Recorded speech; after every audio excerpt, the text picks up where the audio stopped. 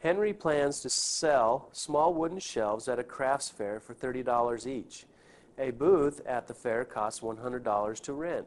Henry estimates his expenses for producing the shelves to be $12 each, so his profit will be $18 per shelf. Part A says, write a function that expresses Henry's profit P as a function of the number of shelves X sold.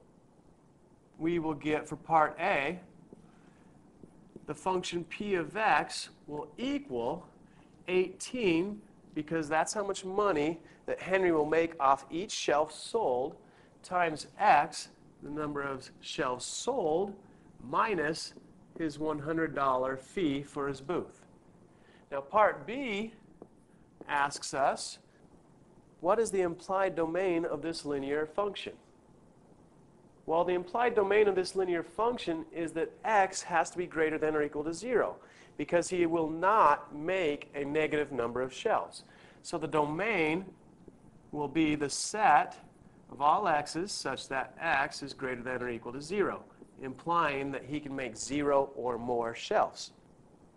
Now part C says, what is the profit if Henry sells 34 shelves?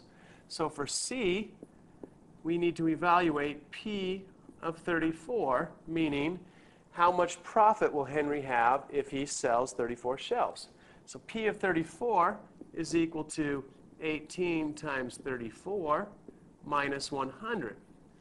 Now, if I simplify this, 18 times 34 is 612 minus 100, and this is equal to 512. So, for part C, again, we're asked, what is the profit if Henry sells 34 shelves? If Henry sells 34 shelves, his profit will be $512. Part D says, graph the linear function. This is the graph of the linear function. P of x is equal to 18x minus 100. Now, when you make your graph, you need to remember a few things. You need to make sure that you label your axes, as we did here.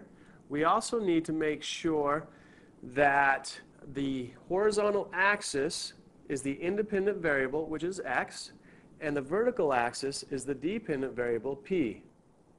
For part E, we are asked, if Henry's profit is $764, how many shelves did he sell?